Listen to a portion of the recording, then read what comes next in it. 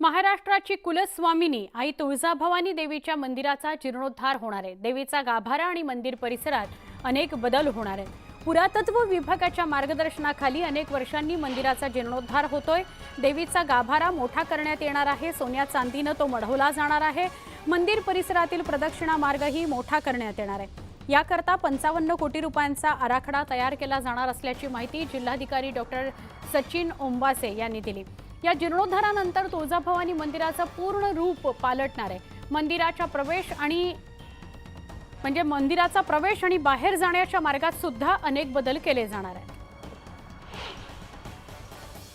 रिडेव्हलपमेंटचा जो प्लॅन आहे त्याच्यामध्ये दर्शन मंडप असेल आणि त्याचे इतर मंदिरातले वेगवेगळे जे कामं होते ते घेतलेले आहेत। आणि याच्यामध्ये आम्ही यावेळेस साधारणतः नोव्हेंबर डिसेंबर महिन्यामध्ये आम्ही त्याच्यामध्ये लोकांना त्याचे पीपीटी आणि व्हिडिओ सादरीकरण आम्ही ते लोकांना केलं होतं।